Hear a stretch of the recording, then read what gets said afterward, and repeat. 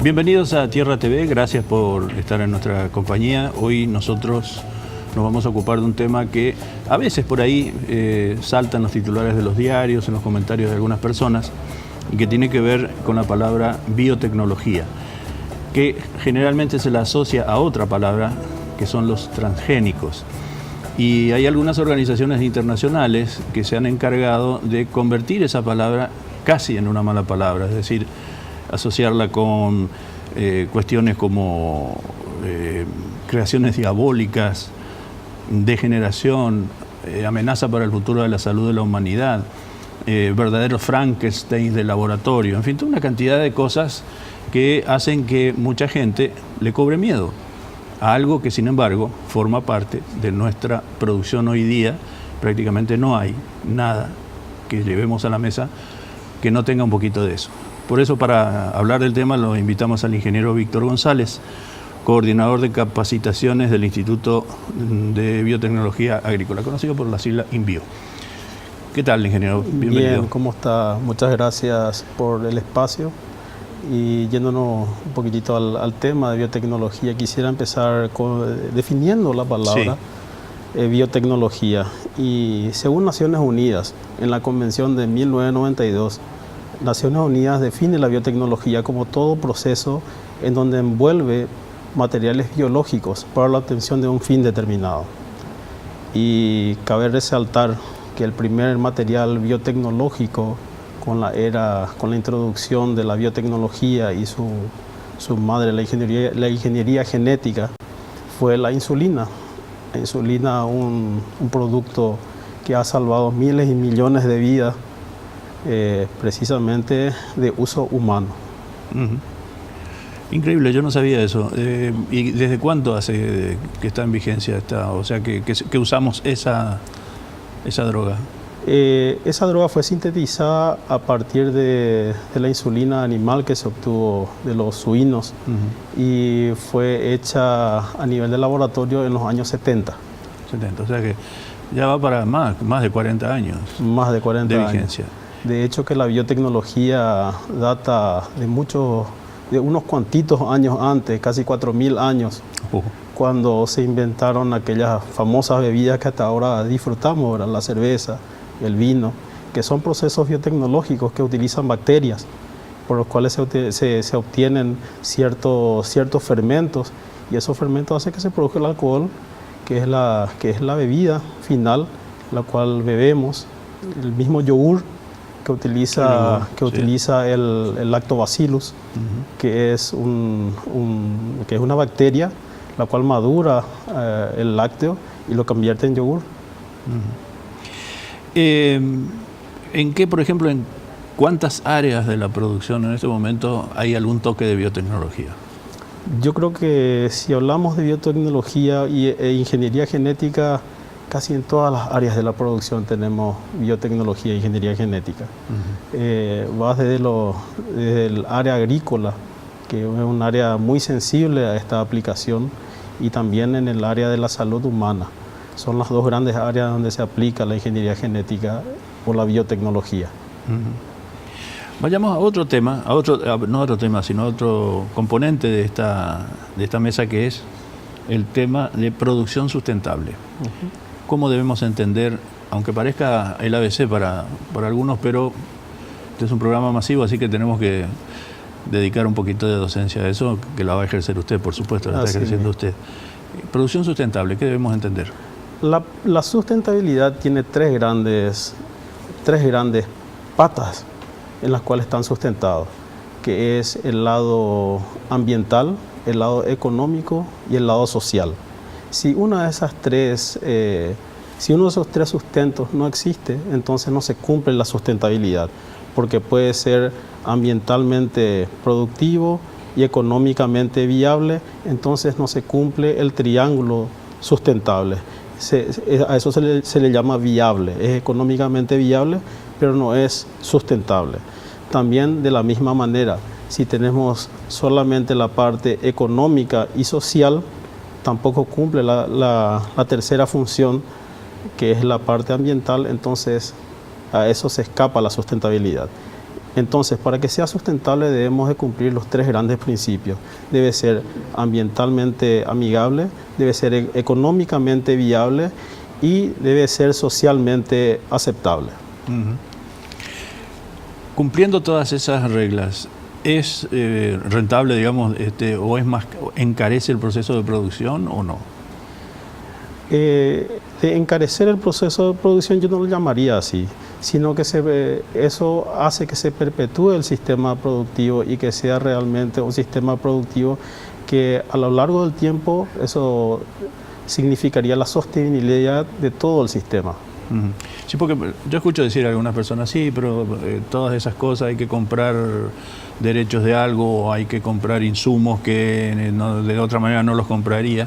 Ese es digamos, el panorama que se hace a algunas personas, ¿verdad? Pero no es necesariamente así. No necesariamente así, porque la sustentabilidad envuelve varios sistemas productivos dentro. Y esos sistemas productivos, como su nombre lo dicen, no solamente precisa de tener una parte sintética o una parte de productos comercialmente elaborados, sino que también hay otros componentes dentro del sistema productivo que lo hacen justamente sustentable. El hecho de la utilización de ciertos cultivos, que son cultivos trampas para ciertos insectos, cultivos que se utilizan como abonos complementando la compra de abonos sintéticos, o cultivos que se utilizan como herbicidas que tienen alelopatías, en donde se reduce notablemente la utilización de herbicidas, que es todo un tabú y es todo un tema dentro de la agricultura. ¿Qué grado o qué volumen de la producción paraguaya estaría ya en condiciones de decir es sustentable? Lamentablemente Paraguay va retrocediendo en ciertas prácticas agronómicas. En el año 2013-2014 se tenían registradas aproximadamente casi 3 millones de hectáreas producidas con ese sistema, o sea, casi todo se producía bajo el sistema de siembra directa. Y a partir de este año va decreciendo. Las cifras exactas no te las puedo mencionar porque se están llevando a cabo los estudios correspondientes, pero sí se están reduciendo en forma considerable esas áreas. Pero, por ejemplo, en el caso de siembra directa, un sistema en el que hemos sido, o no sé si seguiremos siendo líderes, ¿verdad?, en la aplicación de estos sistemas y tanto en la calidad como en la extensión. Asimismo, Paraguay es uno de los países líderes en el sistema de siembra directa. Es que nuestra agricultura, nuestra temperatura, la pluviometría y la intensidad de la lluvia nos obliga a nosotros como técnicos a recomendar este sistema productivo. Si es que queremos tener una productividad, mantener la productividad de nuestro suelo, mejorar la productividad de nuestro suelo, debemos de usar las técnicas más antiguas que nos enseña la misma naturaleza, ¿verdad? La naturaleza, cuando uno realiza algún desmonte o realiza algún talado o alguna quema en los bosques, la naturaleza lo primero que hace es arropar esa quema o ese pedazo de suelo que se ha desmontado, invadiéndola con especies pioneras, le llamamos nosotros. Esas especies pioneras son generalmente gramíneas, luego vienen las especies secundarias como el Iberapuitán, que van poblando de vuelta, y la diversidad hace que haya cierta cantidad de materia orgánica de vuelta en el suelo y se van recuperando los suelos. Por eso se habla que los suelos de rosado o los suelos recién desmontados son suelos muy ricos en cuanto a nutrientes. Con el licenciado Víctor González de INVIO, abordando estos temas de mucha actualidad que tienen que ver con la producción sustentable, el uso de biotecnología y la dirección en que vamos marchando en ese aspecto como país, como economía. Volvemos enseguida.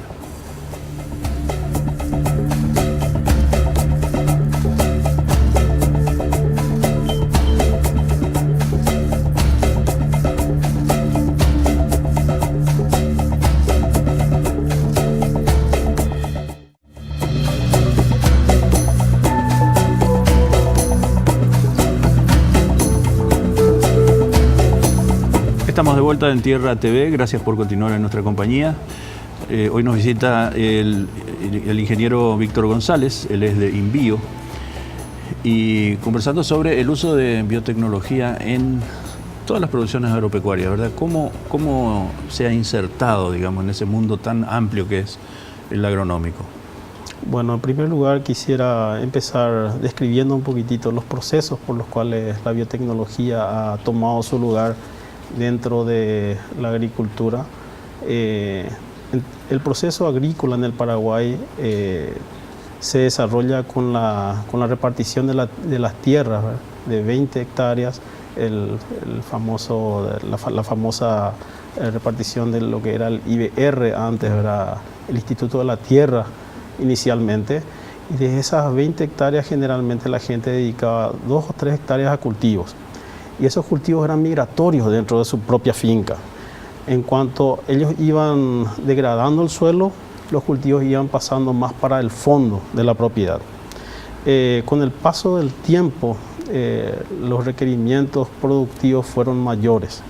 Fueron mayores, ¿por qué? Porque la tierra ya no producía lo que producía en principio. Hablamos, mis antepasados me cuentan, o gente mayor me cuenta de 5.000, 6.000 kilos de algodón, me cuentan de producciones muy por encima de la media actual de maíz, inclusive soja. Y esas producciones fueron decayendo debido a la mala utilización de los suelos. Estos suelos, una vez degradados, se requirió de un tiempo para poder recuperarlos. Esta recuperación del suelo se realiza con la utilización de abonos verdes. Abonos verdes, rotación de cultivo, manejo integrado de plagas, manejo integrado de maleza. Y es ahí donde entra la biotecnología. Ahí donde entra la biotecnología, ¿por qué? Porque el exceso de uso de insumos agrícolas hace que los costos de producción vayan muy elevados, vayan muy por arriba. Y estos costos de producción se deberían ir bajando, o debieron ir bajando de alguna forma para demostrar competitividad en los costos agrícolas. Es así que hoy en día tenemos materiales biotecnológicos, o como la gente también lo denomina, transgénicos, resistentes a dos principales efectos, ¿verdad? Uno que es el uso de los materiales RR, que son los materiales resistentes al glifosato, que es un tipo de herbicida, y materiales que son resistentes a ciertos tipos de lepidópteros. Entonces ahí donde viene... ¿Lepidópteros qué serían? Lepidópteros son como plagas blancos de ciertos cultivos. Generalmente son lo que nosotros comúnmente le llamamos maripositas, ¿verdad? Ajá. Son maripositas orugas.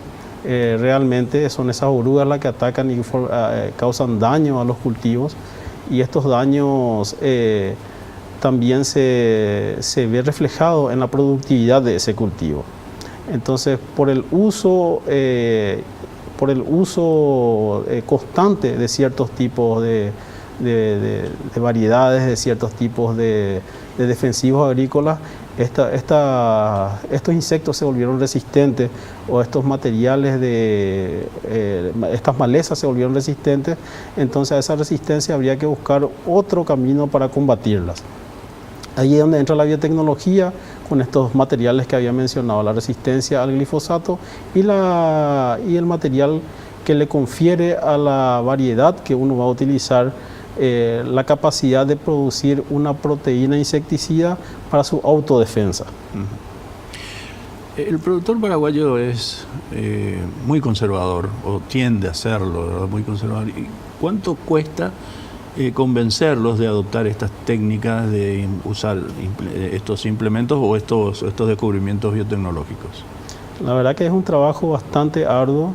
Es un trabajo muy constante el que hay que realizar a nivel de campo para que el productor paraguayo pueda llegar a adoptar esta tecnología.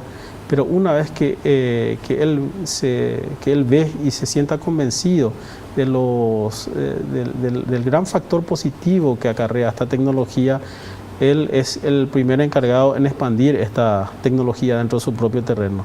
Nosotros tenemos productores con los cuales hemos empezado con 2 hectáreas de cultivo.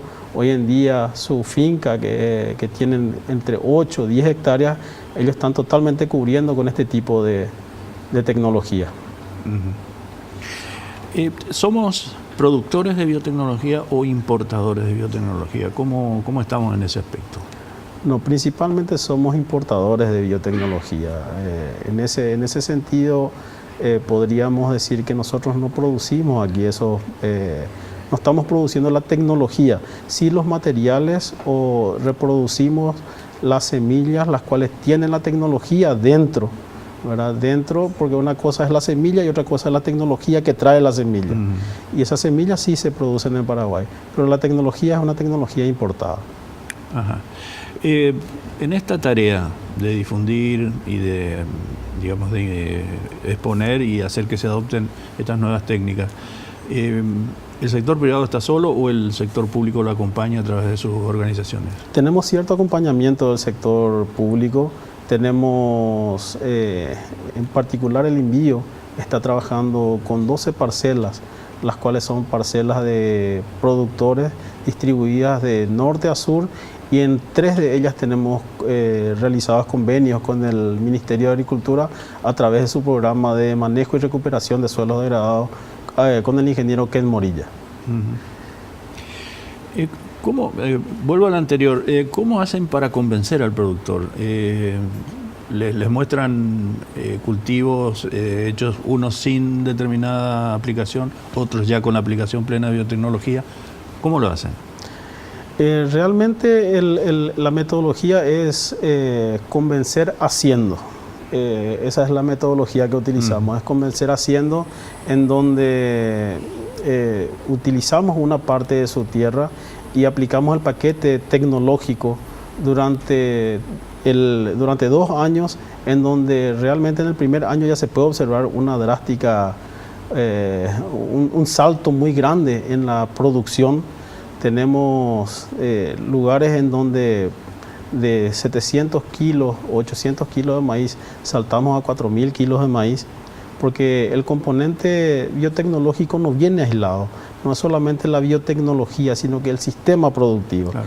Es importante hablar del sistema productivo, hablamos de recuperación de suelo y también hablamos ahí de técnicas de manejo del cultivo y de otros materiales como los abonos verdes, que son muy importantes. Lo dejamos ahí por el momento, ingeniero. Vamos al corte y después de esta pausa el ingeniero González nos va a hablar de en cuántas formas incide el uso de tecnología para mejorar la producción. Volvemos enseguida.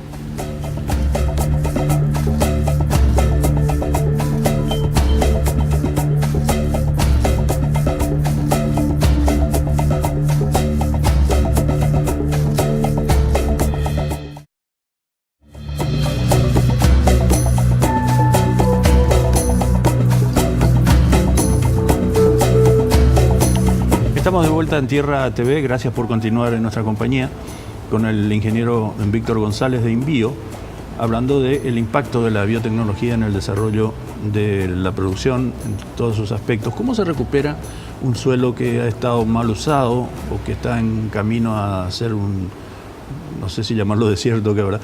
¿Cómo incide la biotecnología en este aspecto? Una pregunta bastante interesante, porque la biotecnología, si bien es un componente importante, no deja de ser un componente dentro del sistema productivo. Dentro de ese sistema productivo hablamos principalmente de temas suelo, hablamos de manejo de plagas, manejo de enfermedades y manejo de malezas.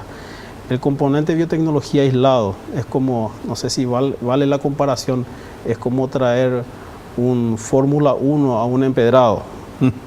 Es como traer un Fórmula 1 a un empedrado, en donde por más de que el auto, yo sé que de 0 a 100 va en 4 segundos, en ese tipo de campo no me va a funcionar. Entonces la recuperación de suelo en ese factor es muy importante y es primordial. La mayoría de los suelos del Paraguay tienen necesidades o tienen limitaciones en cuanto a macronutrientes y específicamente fósforo. Este macronutriente se utiliza una técnica muy sencilla para la recuperación de él, que es la utilización de abonos verdes. ¿Y qué son los abonos verdes? Los abonos verdes son plantas que se utilizan para recuperar el suelo tanto física como microbiológicamente. No solamente la